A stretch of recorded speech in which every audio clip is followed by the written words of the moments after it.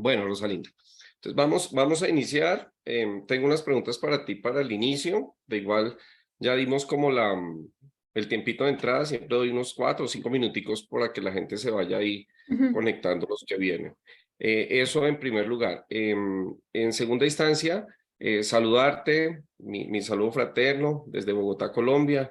Ustedes saben que los estoy acompañando en la distancia, pero igual comprometido ahí con el trabajo que ustedes están desarrollando.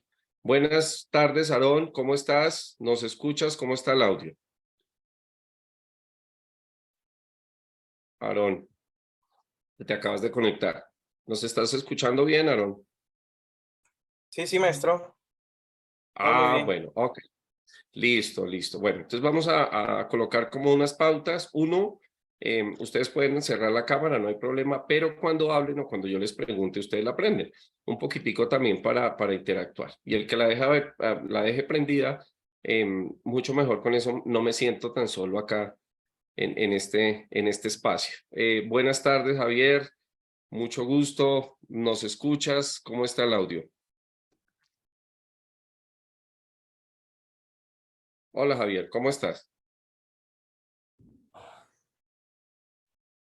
Javier Pérez, yo te estoy viendo perfecto desde acá. ¿Tú cómo me ves? ¿Cómo me escuchas? Buenas tardes, profesor. Sí, les escucho muy bien. Ah, bueno, bienvenido Javier a la clase. Ya los conozco, ya los conozco por los trabajos, por los ejercicios que han venido haciendo, entonces me alegra conocerlos, me alegra que se hayan podido conectar y puedan compartir un ratico de la clase con nosotros, ¿vale? Entonces vamos a Gracias. arrancar. Rosalinda, dos preguntas para Rosalinda, para Aarón y para Javier. Una pregunta, Aarón ya había estado conmigo en otra clase, ¿verdad? Por el Sí, nombre sí, maestro. lo siento familiar, creo que tú estuviste conmigo en Filosofía de la Educación. Así Sí, es, yo filosofía también, de la profesor. educación. ¿Javier también? Sí, filosofía de la educación también. ¡Ay, qué bien, qué bien, qué bueno conocerlos! Eso me alegra. Entonces la pregunta para todos es, ¿de qué estado me acompañan? Y si son maestros en ejercicio o solamente estudiantes en formación. Arranquemos con las damas, con Rosalinda. ¿De dónde nos acompañas? Y si eres o no maestra en ejercicio. Soy de México, Coahuila. Estoy actualmente trabajando como capacitadora, tutora de los maestros. Anteriormente tuve 4 años, de maestra en una aula compartida en mi misma comunidad y pues ahorita estoy con el estudio de esta Ah, carrera. ok. Muy bien, Rosalinda. Ya les digo por qué les estoy haciendo esas dos preguntas. Aarón, cuéntame. Abran la camarita cuando hablen, no sean tímidos.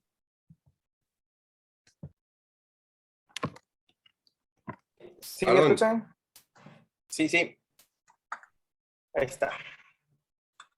Bueno, yo soy de Veracruz, México. Estuve trabajando en una universidad enfocada a la música. Actualmente me dedico a dar clases de música en este momento particular, porque ya no renové contrato con la universidad, pero pues sí me he estado dedicando a esto. Y pues quiero, pues, como comentaba en la otra materia, ¿no? Adquirir herramientas por medio de esta carrera para poder transmitir los conocimientos que pocos o muchos que yo pueda transmitir. muy bien, Aarón. Vea lo importante que abre la cámara, uno se acuerda más. Antes de que abriera la cámara dije, Aarón es el músico. Que querías complementar tu carrera de música con la línea de pedagogía para mejorar tus procesos de enseñanza. Sí, ya me acordé perfectamente de ti. Yes. Y Javier, cuéntanos, ¿de dónde nos acompañas y si eres maestro en ejercicio o no? Hola, buenas tardes. Soy Javier Pérez Escolástico. Soy de aquí, del estado de Coahuila. Actualmente trabajo en el tecnológico de aquí de la localidad como administrativo, pero sí me gustaría a mí emprender el ejercicio en la educación, en la enseñanza, porque sí me llama la atención y quiero prepararme con los conocimientos de ustedes para adquirirlo más adelante, ya sea en clase, en salón o en lo que se dé la oportunidad. Ah, ok. Listo, Javier. Pues bienvenidos y vamos a empezar. En la distancia, como les decía, desde acá pues yo sigo ya desde hace algún tiempo estudiantes de la UNISAN a nivel de pregrado, también a nivel de maestría, y pues para mí siempre lo he dicho y siempre se lo ratifico, es un honor poder compartir lo que sé con ustedes, con gente maravillosa. El ser estudiante en línea implica tener un valor muy especial y es el sentido de la autonomía y de la responsabilidad. No están aprendiendo solos porque nosotros estamos de lado, pero estamos lejos. Y quiere decir que gran parte del logro, de los objetivos y de los desempeños cumplidos corresponden a su interés y a sus ganas de sacar adelante su carrera. Entonces, mis felicitaciones y mi admiración siempre a mis estudiantes de la UNISAN. Entonces, empezamos por acá. Nuestra clase corresponde al módulo de teoría del conocimiento, y sobre la línea de teoría del conocimiento creo que habría muchas cosas que decir.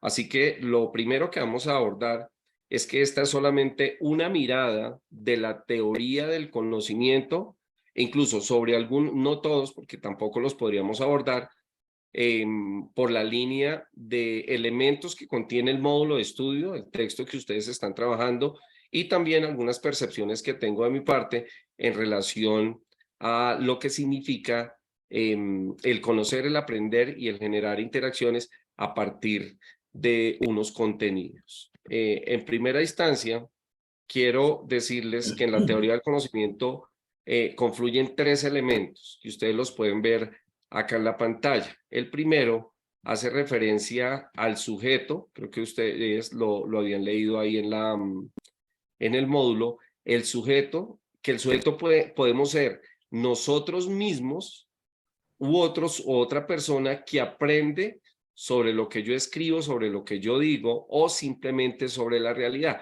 Así es que el sujeto, el que estoy señalando acá, es el ente del conocimiento.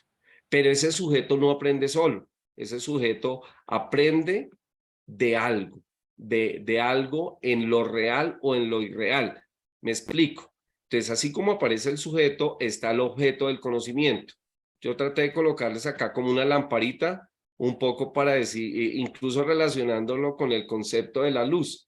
En la filosofía antigua, la luz significa el conocimiento, significa la sabiduría. De hecho, más adelante en la modernidad filosófica estaremos hablando del iluminismo, porque la luz aparentemente estaría iluminando la razón. Desde esa perspectiva, sujeto, objeto del conocimiento, se realiza una tercera, y la tercera es esta, es la retroalimentación. ¿Qué sucede con el objeto del conocimiento y el sujeto que piensa?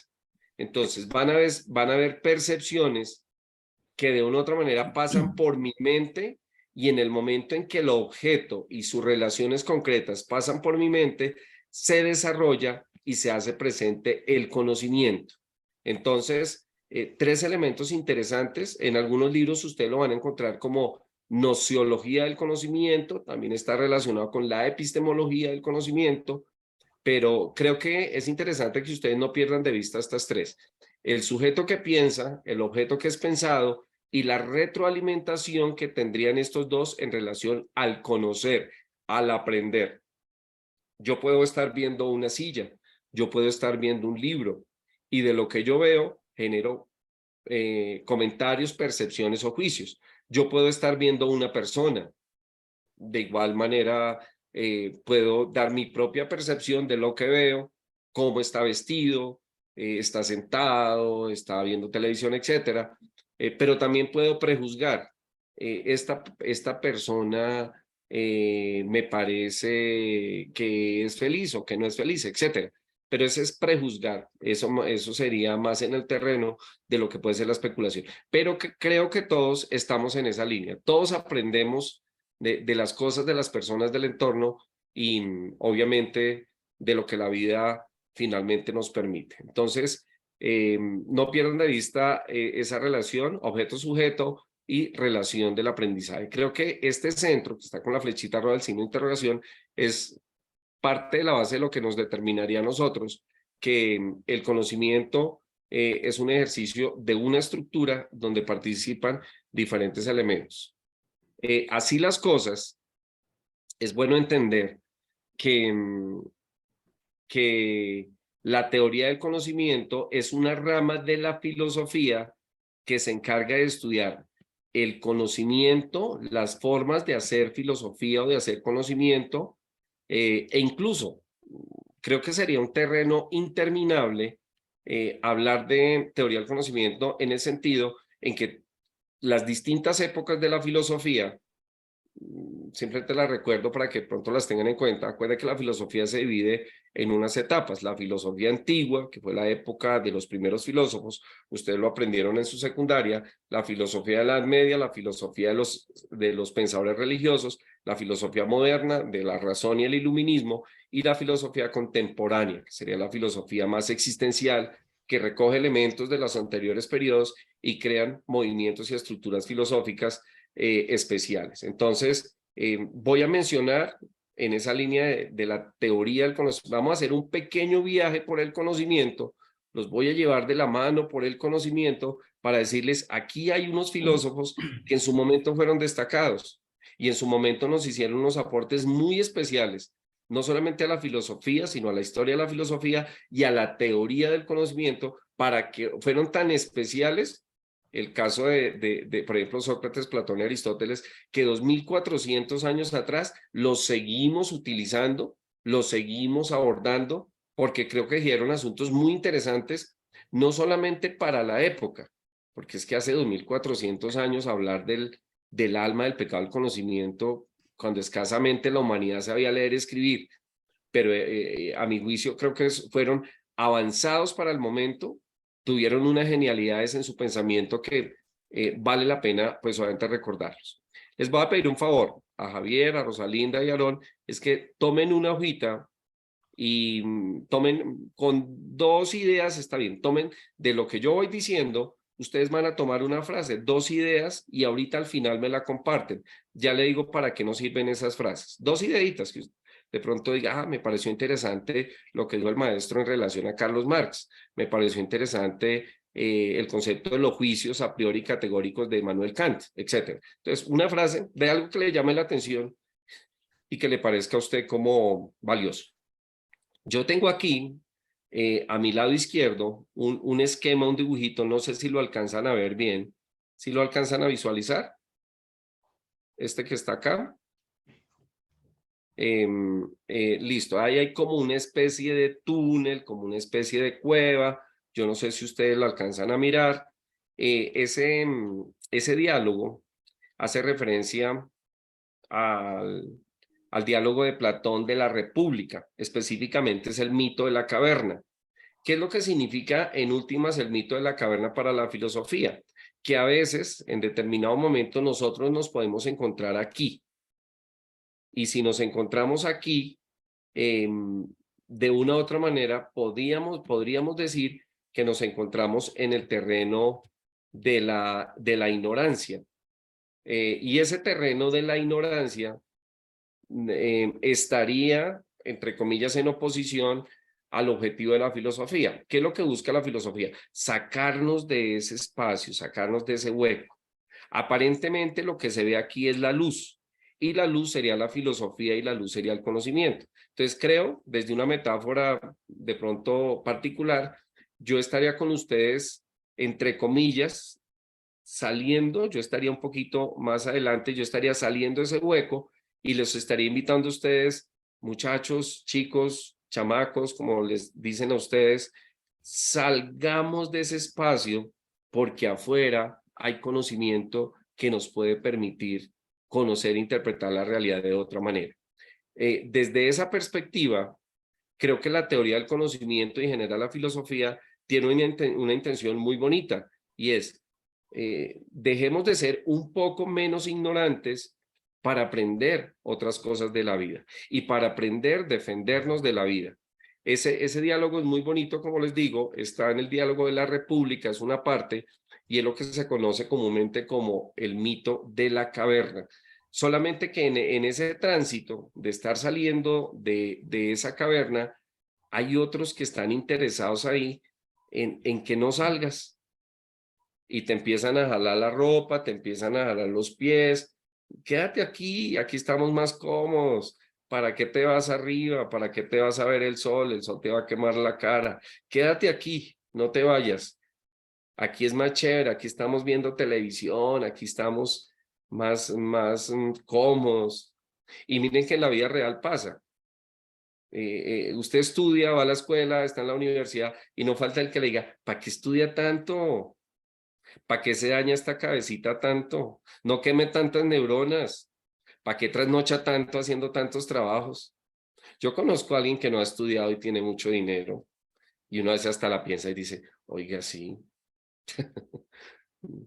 Entonces, es lo que nosotros conocemos, creo que lo vimos también en filosofía de la educación, el concepto de las pasiones que se traducen en los distractores de lo que finalmente nosotros podemos ser o podemos llegar a ser en determinado momento. Entonces, creo que ustedes están aquí por eso. Quieren salir de la caverna, quieren aprender y obviamente algunos ya profesionales, el caso de Rosalinda que ya también tiene experiencia en educación, muchas de estas cosas pues le son familiares a ella porque ha tenido contacto con niños. Y Javier, que de pronto no tiene la oportunidad de haber sido maestro, va a ser maestro, pero está desarrollando un cargo administrativo, también está aprendiendo. Estos días tuve una alcaldesa de un estado mexicano, ya me decía, maestro, estoy aprendiendo, pero yo estoy es un cargo administrativo.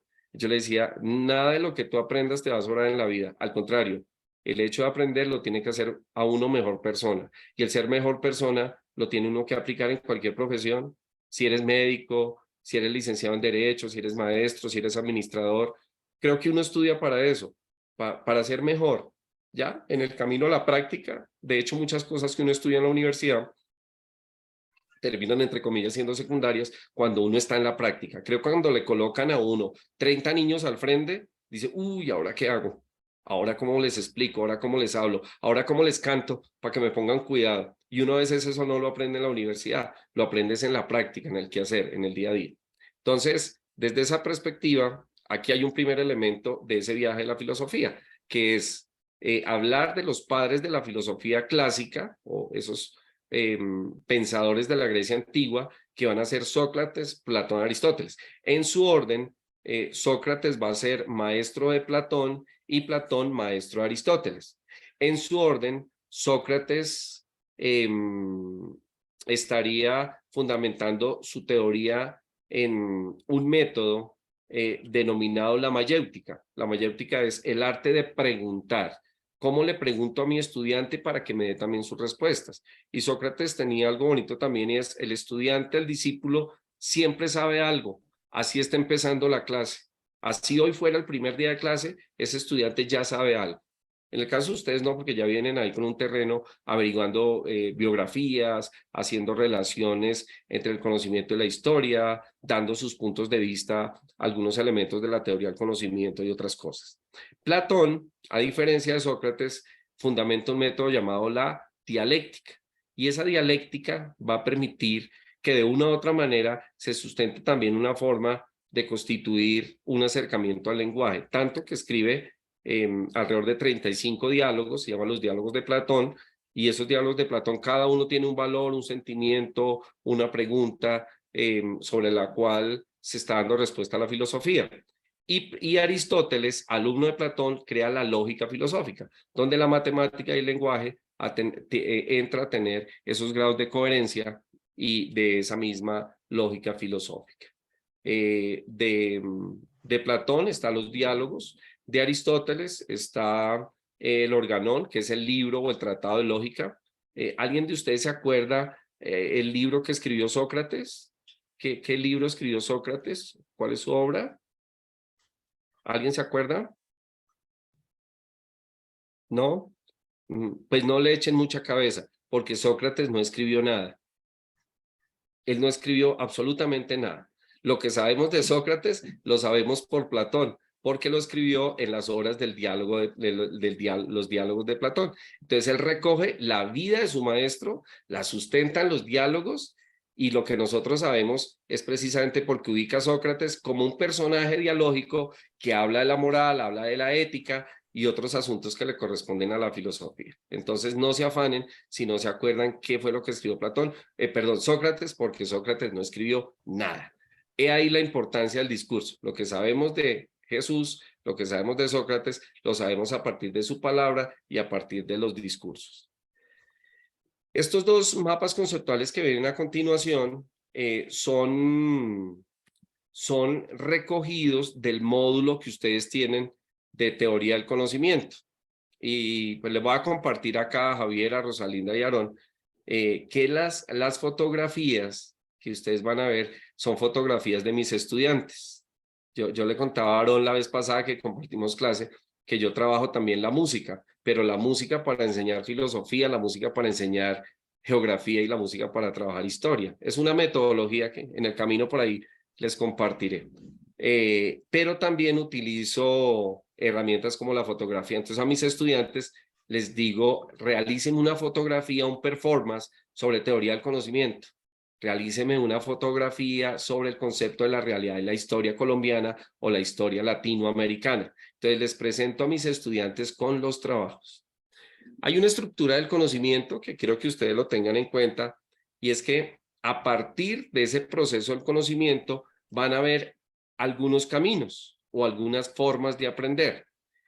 Por eso el esquema arranca con el concepto basado en la razón, es lo que nosotros vamos a conocer como racionalismo, pero desde la teoría de Descartes también estaría fundamentando el método cartesiano, donde a partir de la duda metódica se estructura toda una filosofía para hacer ciencia a partir del método.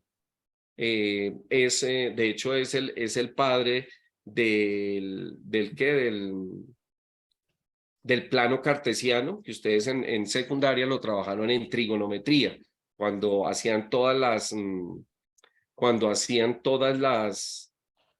las gráficas del seno, coseno, tangente. Eso es un aporte de René Descartes.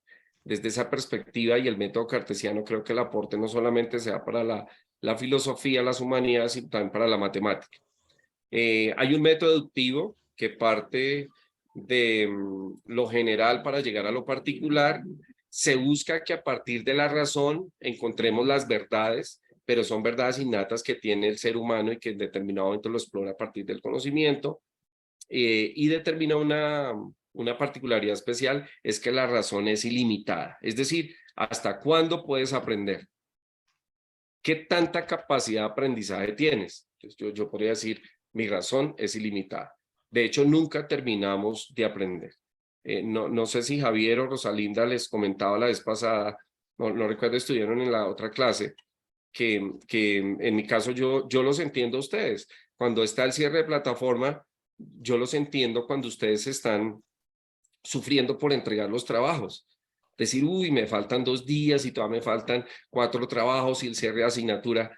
Yo entiendo esas carreras porque también la vivo. Yo soy estudiante de doctorado en la UNISAN y también me toca correr y también entro a clases como ustedes, pero solamente que los que están allá son los doctores que me dictan a mí también la clase. Pero también tengo estudiantes en la colegiatura donde también hago el acompañamiento, pero siempre me llama mucho la atención también estar en el papel del estudiante y comprender un poco sus luchas, sus esfuerzos y todo la dinámica y, por ejemplo, los tiempos que corrieron hoy para ustedes poder estar aquí. Rosalinda la vez pasada no entendía también, por ejemplo, un aspecto por ahí de la anterior materia, me decía, profe, maestro, no entiendo. Entonces yo decía, en mi caso también hay cosas que no entiendo. Es normal la ignorancia, es normal que en determinado momento sintamos, y es más una teoría socrática, solo sé que nada sé. Y ocurre en algunos casos que uno termina estudiando, les va a pasar a ustedes de pronto, Aaron, que ya estudió música, uno termina de estudiar y uno dice, caramba, todo lo que me falta por aprender. Es decir, la razón es ilimitada porque siempre estaremos aprendiendo de la vida, de los demás, de las acciones, de los problemas que a veces se nos presentan en la vida, de las dificultades. La misma vida es una enseñanza para el ser humano, pero creo que la muerte también es una enseñanza. ¿Por qué la muerte sería una enseñanza? Porque desafortunadamente a veces cuando muere un familiar, un ser querido, a veces uno entra a valorar la falta que le hace o cómo esa persona en determinado momento fue importante para la vida de cada uno de nosotros. Entonces, la vida y la muerte son definitivamente espacios de aprendizaje. Esa sería como una mirada general del método cartesiano. Aquí estaríamos hablando específicamente de René Descartes y la estructura del pensamiento. Este esquema también me llamó mucho la atención. Mirando el módulo de ustedes, aquí estamos hablando de un elemento muy especial. No sé quién se acuerda de ustedes qué es el empirismo, de qué trata el empirismo, de lo que miraron por allá. Les voy a dar una pista. Empieza por expe y termina en riencia.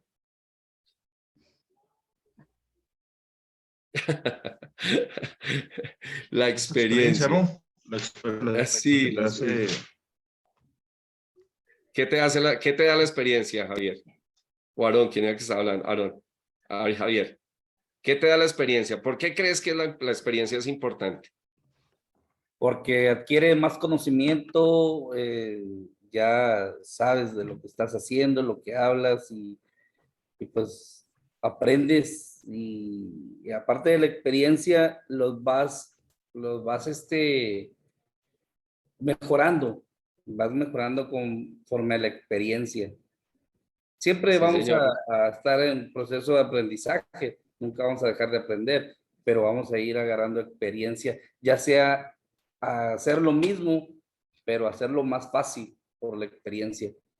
Bueno, eso es lo que yo pienso. Correcto. Correcto, Javier. Creo que hay una particularidad especial y es que la experiencia nos va a permitir, entre comillas, cometer menos errores y en determinado momento enseñarle a otros, a nuestros hijos, por ejemplo. Eso no quiere decir que la experiencia, por el hecho de pasar el tiempo y los años, nos haga sabios y perfectos. Al contrario, creo que a pesar de la experiencia siempre estaremos aprendiendo algo nuevo. Yo seleccioné esta foto fue de fueron estudiantes de pandemia. Estos chicos fueron estudiantes míos de pandemia y estaban trabajando también corrientes filosóficas y tenían que representar algunas teorías. Entonces, estos chicos cuando me hacían la exposición me decían, maestro, nosotros quisimos representar aquí la experiencia desde los sentidos. Y hay una particularidad especial, es que la chica tiene los ojos vendados, ¿sí la ven?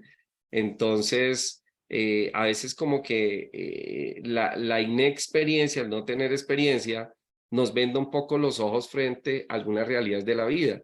Entre comillas, el chico tendría otras posibilidades ahí.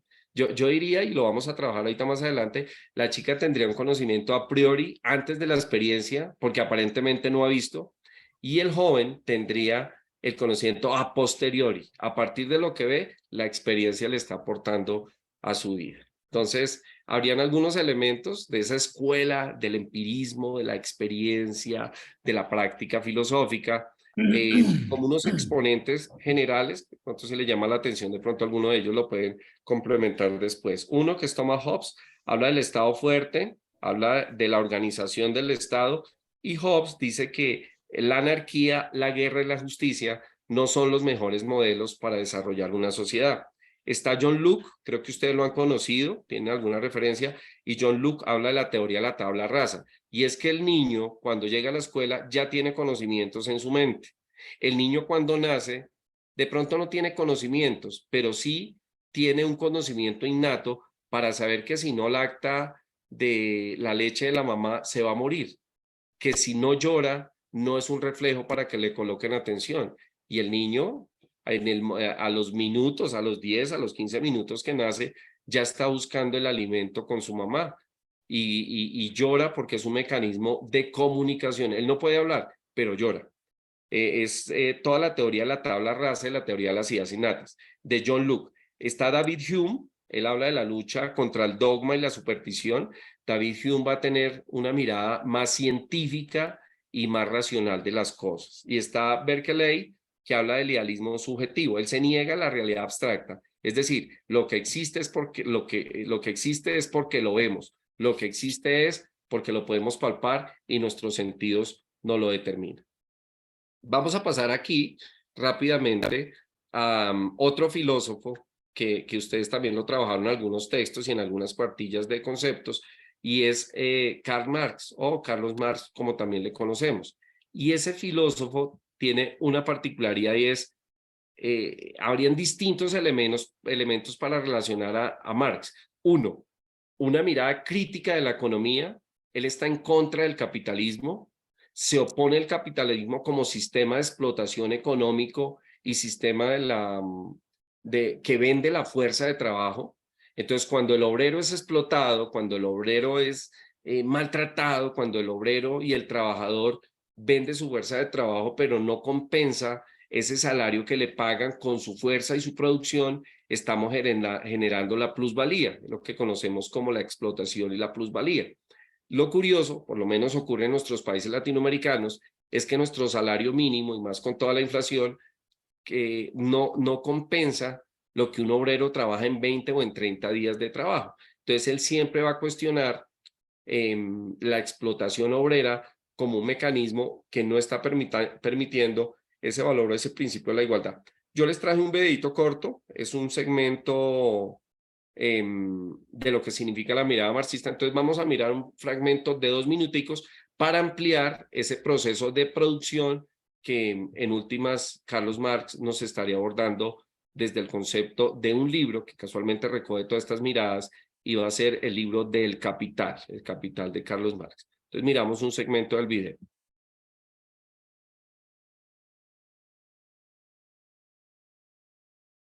Hoy en día, muchos políticos utilizan la palabra marxista como insulto, especialmente en Estados Unidos.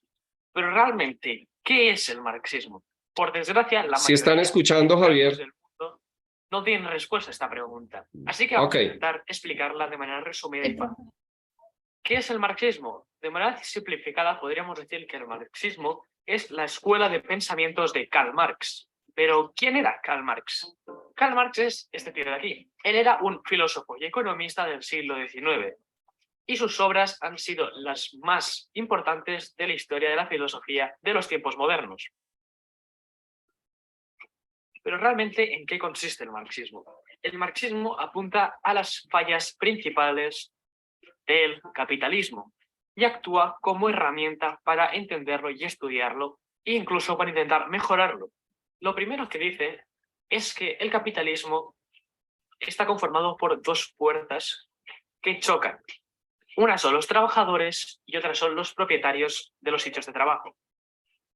Estas fuerzas son inestables debido a que a los trabajadores les interesa tener un sueldo más alto, mientras que a los empresarios les interesa que los trabajadores tengan un sueldo más bajo. Y esto acaba creando una tensión entre las 2 clases. Otro de los puntos que señalaba Karl Marx era la alienación en el trabajo. Según él, la alienación en el trabajo consistía en transformar a las personas en máquinas y separarlos completamente de su humanidad. Las personas ya no tenían que actuar como personas para conseguir un salario, sino que tenían que actuar como máquinas, haciendo la misma cantidad de preguntas y repetir todo el rato el mismo trabajo día tras día. Esto acaba generando una angustia constante en el trabajador, y esa angustia Marx la llamaba la alienación. Pero el punto principal que Karl Marx señalaba era la existencia de las crisis cíclicas. Según él, el capitalismo es un sistema autodestructivo y una vez cada 7 años. Bueno, ahí tenemos algunas ideas que ya nos van a dar a nosotros unas pistas, y es esa crítica del capitalismo de la que nos habla Carlos Marx va a ser uno de los fundamentos de la visión marxista. Recordemos que Carlos Marx termina fundamentando lo que va a ser más adelante la Escuela de Frankfurt. Solamente para referenciarles, el nombre de esta película que ven al fondo tiene un fragmento ahí de la película Tiempos Modernos, que fue uno de los clásicos de este cineasta, pero ya tiene que ver un poco con la relación de las imágenes del proceso del capitalismo, de Charlie Chaplin. Bueno, Emmanuel Kant, aquí ya nos metemos con otra línea distinta. Entonces, Karl Marx estaría hablando específicamente del valor del trabajador en la producción de la riqueza, bajo unas líneas especiales que van a ser los modos de producción, que es la tierra, el trabajo, el capital. Pero nos centramos ahorita a un terreno más específico de la filosofía dentro del ámbito de la moral y la ética, y es Emmanuel Kant. Emmanuel Kant tiene una mirada de pronto muy especial porque lo hemos podido asumir muchos maestros, muchos investigadores dentro de la perspectiva pedagógica. Entonces, si alguien le ha aportado a la pedagogía y a la didáctica a lo largo de la historia, creo que es Immanuel Kant. Yo se los dije ahorita a ustedes, yo los felicito por el poder que tienen ustedes de autonomía, de que sin necesidad de que yo los hubiera llamado ayer, ustedes sabían que hoy tenían una clase y están aquí. Eso se llama autonomía. Es decir, un principio donde yo me regulo, donde yo mismo me doy mi tiempo y donde yo mismo me exijo para aprender. Desde esa perspectiva, ustedes están aplicando la teoría kantiana, porque Kant es el padre del concepto de la autonomía, de la autodisciplina, del autoaprendizaje, del autodominio. Y tendría algunos elementos también. ¿Cuándo aprendemos? Cuando la experiencia atraviesa nuestras vidas. Yo podría darles un ejemplo porque hay dos juicios, los juicios a priori y los juicios a posteriori. Los a priori son antes de la experiencia. Entonces, usted tendría juicios a priori acerca de cómo es la luna. De hecho, mi juicio sobre el concepto de la luna es a priori. Yo he leído sobre la luna y he mirado películas y cortometrajes de la luna, pero no la conozco. Es decir, mi percepción de la luna es a priori. Pero mi percepción de México, así yo sea colombiano, es a posteriori, porque he ido muchas veces a su país, a trabajar, a estudiar, a generar procesos de intercambio. Entonces, he tenido la posibilidad de constatar la riqueza cultural que, por ejemplo, tiene su país. Por eso, lo a priori es antes de la experiencia, lo a posteriori es después de la experiencia. Y habrían algunas categorías de cualidad, de tiempo, de posición, lugar, para hablar de los objetos y la manera de pensar de Immanuel Kant. Pero habrían también dos elementos para construir las maneras de interpretar las cosas, que son los imperativos categóricos y los imperativos hipotéticos. ¿Cuándo es categórico? Cuando algo me determina a mí que es necesario hacerlo. ¿Qué es categórico para mí? Les voy a dar un ejemplo fuera de los que están acá. Si tú no mandas tus trabajos, tus actividades, tú no puedes ser promovido en la asignatura de teoría del conocimiento. ¿Por qué? No porque yo quiera. Dice, no, si este estudiante no me envía, este estudiante va a perder esta asignatura. No, es que la plataforma como está construida, si usted no envía los trabajos, no le va a reconocer su esfuerzo. Así de sencillo. Entonces, es categórico. ¿Qué me tienen que decir a eso? ¿Estoy de acuerdo? ¿No estoy de acuerdo? No, es que tienes que enviar los trabajos. Otro imperativo categórico. Vivimos un lapso de tiempo en la Tierra, pero morimos al final de nuestra existencia. ¿Qué me tendrían que ustedes decir de eso? Sí, maestro, es real. La vida va de la mano con la muerte. Algún día moriremos. 70, 80 años, lo que sea, 60, 50, algún día moriremos. Entonces, lo categórico es así. Lo categórico se determina como algo ya dicho. Un imperativo categórico. Las personas deben hacer el bien.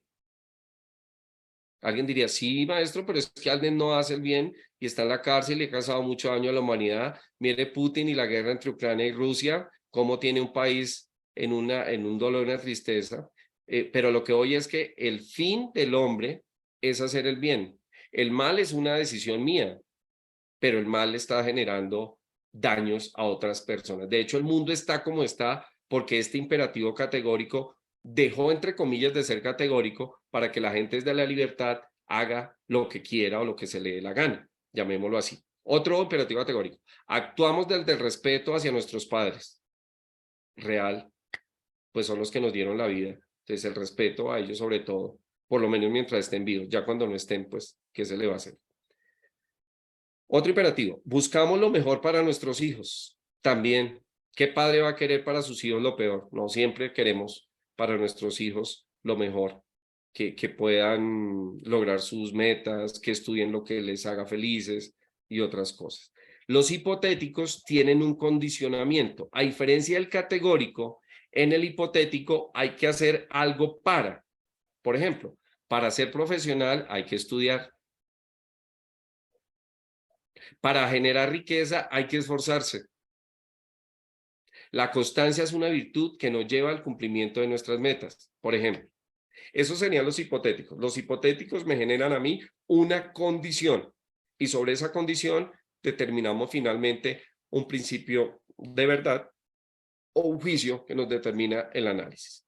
Bueno, les voy a compartir algo interesante acá en el ejercicio de cierre. Ojalá le guste a Aarón también. Y es un segmento de una canción.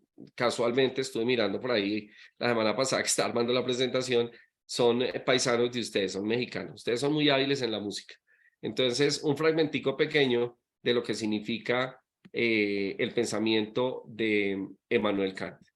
Ahí se los comparto. Muy, muy interesante.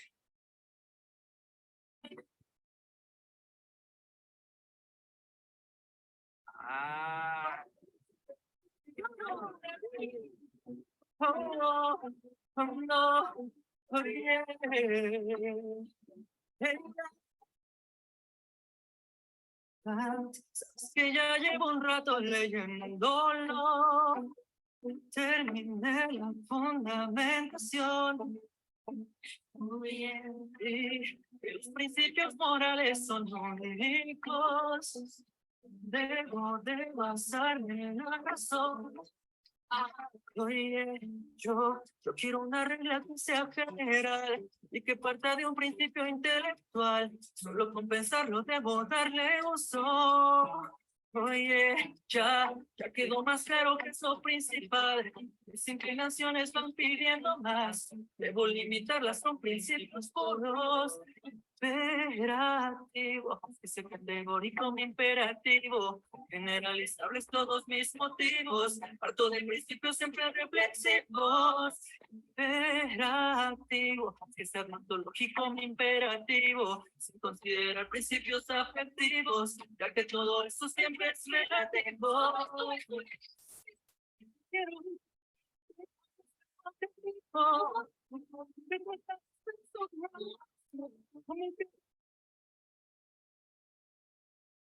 En esa búsqueda de un cierre para la clase me encontré esta joya, Javier, Rosalina y Aarón. Espectacular, espectacular.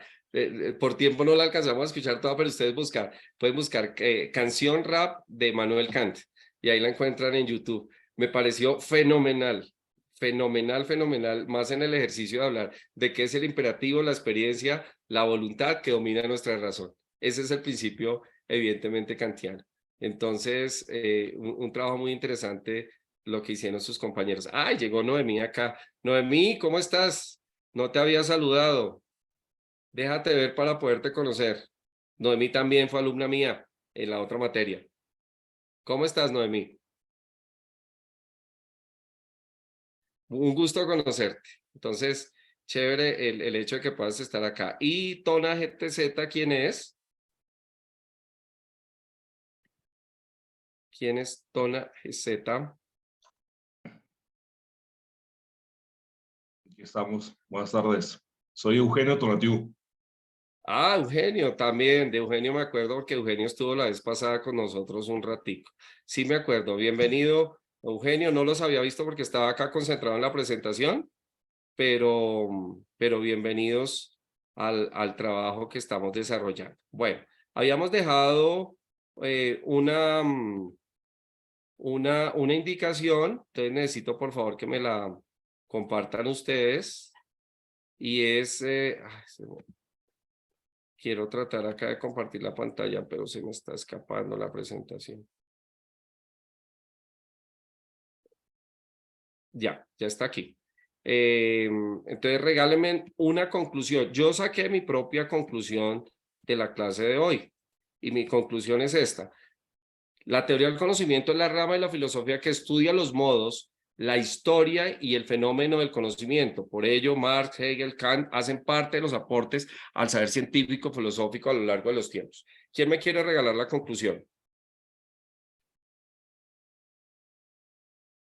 Les decía que algo que le ha llamado la atención. Decir, uy, maestro, esto me llamó la atención lo que dijo usted. De uno solo. Se me colapsan los micrófonos y hablan al tiempo. A ver, Aaron, cuéntame. Algo que has dicho, aquí hay un elemento interesante para averiguar después. Bueno, maestro, primeramente el video estuvo muy bueno.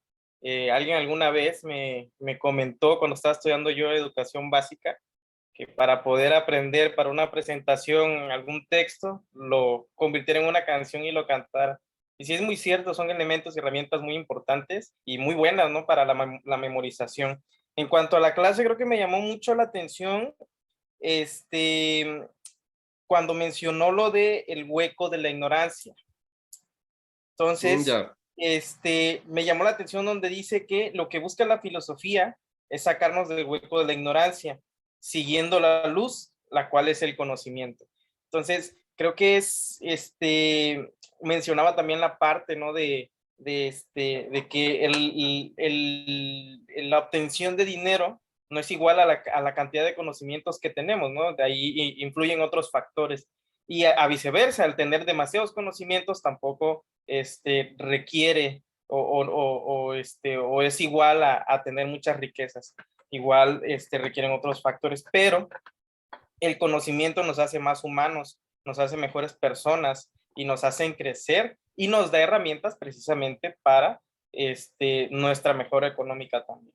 Y bueno, hasta este momento pues es Muy bien. mi opinión. Muy bien, Aarón. Yo la resumí con esto. Siempre me gusta recoger ideas de mis estudiantes. La caverna simboliza la ignorancia.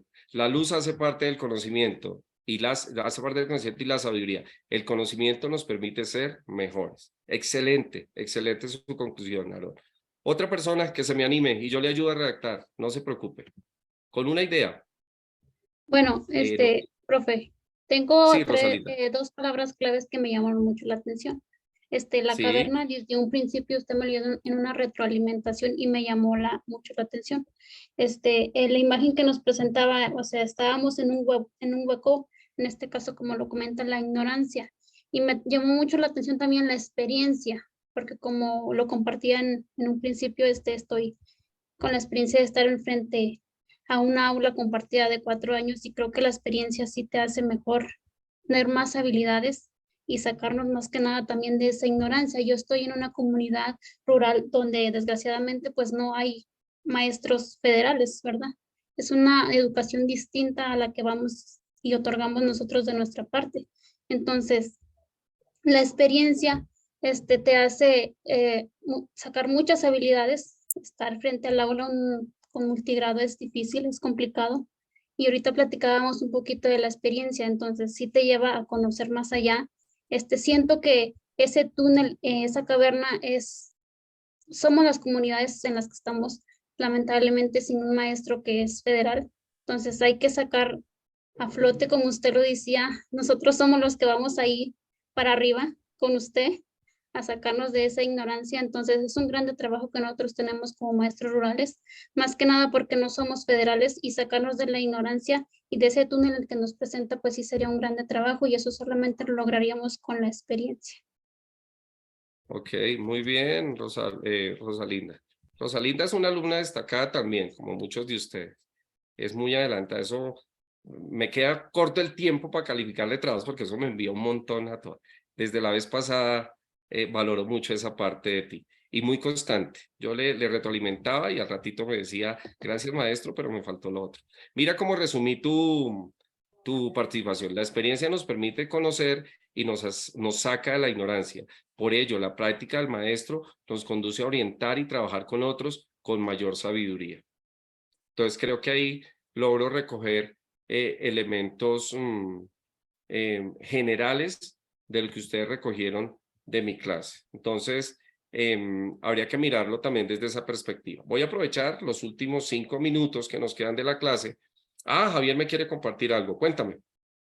Sí, profesor, a mí me llamó la atención ahí del el pequeño trayecto de la película donde dice que nos quieren hacer como máquinas. Ahí se observa a Chaplin que está trabajando sin descanso y pues hasta perder el conocimiento, y eso yo pienso que aplica en nosotros también, de no forzarnos a tanto porque después nos ciclamos también. Por eso decía usted, no le den tanta vuelta a lo que pensó porque no escribió. ¿Quién es el que no escribió nada? Sócrates, o quién. Sócrates. Sócrates, y todos nos pusimos a pensar, a ver, nos puso a trabajar el cerebro y nos forzamos realmente a recordar algo que no conocíamos porque realmente nunca escribió nada y eso es lo que me queda a mí, es de no forzarnos a algo tanto porque nos podemos ciclar. En la película eso Así es. me llamó la Sí, atención. vea, no escribieron, Javier, no escribieron nada y trascendieron en la vida. Les coloqué el ejemplo de Jesucristo y el ejemplo de Sócrates, pero Sí. su vida fue impactante. Su palabra y su discurso y lo que hicieron lograron permanecer a lo largo de la historia de la humanidad. Y Y vuelvo y hasta repito, actualidad, y sí, actualmente claro, hasta todavía la sigue. actualidad siguen siendo vigentes. Sin embargo, la escritura que otros hicieron de ellos, por eso está la Biblia, por eso están los diálogos de Platón, la escritura también permitió que ellos lograran conocerse a lo largo del tiempo. Sin esos libros no los podríamos haber conocido, pero su vida fue trascendente, su vida fue impactante. ¿Qué tanto haces tú en tu vida para que tu vida, incluso en el momento que ya no estés, haya impactado, haya dado ejemplo, haya dado mucho amor a tus seres queridos? O al contrario, que digan, por fin se fue esta persona. Entonces, creo que es la conclusión que podríamos sacar, sería eso. Entonces, Javier, un gusto conocerte. Ustedes tienen mi WhatsApp, ustedes tienen mi correo. Cualquier cosa me escriben, me consultan si tienen ahí alguna duda de algún trabajo, de alguna actividad. Yo les respondo más rápido el WhatsApp porque el WhatsApp lo lleva uno en el metro, en un lugar, uno lo está mirando ahí cada rato, en la escuela. Yo trabajo en la mañana, pero hay un ratico y siempre miro el WhatsApp por mis familiares que me escriben o si son estudiantes les respondo. Pero también me puede escribir al correo si tiene alguna duda. Sin embargo, ya están muy avanzados. Ustedes ya tienen un terreno muy avanzado. La ¿Puede mayoría repetir de tu ustedes WhatsApp? están en la mitad de la materia. ¿Cómo, Javier? Sí, puede repetir tu WhatsApp.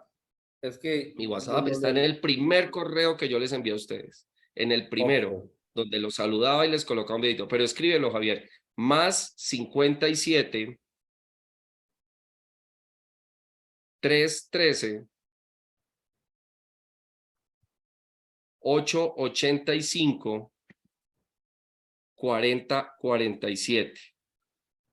Max es el A de Colombia, ahí lo estoy escribiendo en el chat, más 57 313 885 4047, si lo miran ahí en el chat. Y desde acá, no se les olvide, estimados estudiantes, que cuentan con un servidor. De pronto los vamos a ver más adelante en TICS o en tecnologías aplicadas a la innovación. Será un gusto volverlos a acompañar y para mí mis estudiantes mexicanos son muy especiales. Los de aquí también, pero es que los de aquí los tengo al frente para regañarlos y para felicitarlos. A ustedes los tengo lejitos, entonces desde la tecnología también los puedo felicitar. Bueno, entonces un abracito, que les vaya bien. Tengo el tiempito contado con la clase. Me encantó saludarlos y juiciosos. Ánimo, que ya en 10 días y menos la plataforma les rebota el consolidado final de la clase. Entonces, Ok. mucho juicio y los felicito, chicos, por el trabajo tan interesante Gracias. que están haciendo. Gracias, Que que estén tengan muy bien. bonita tarde.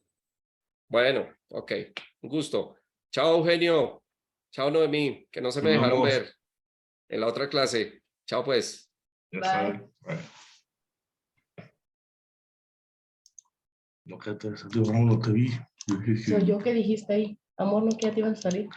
Te escuché por el de este.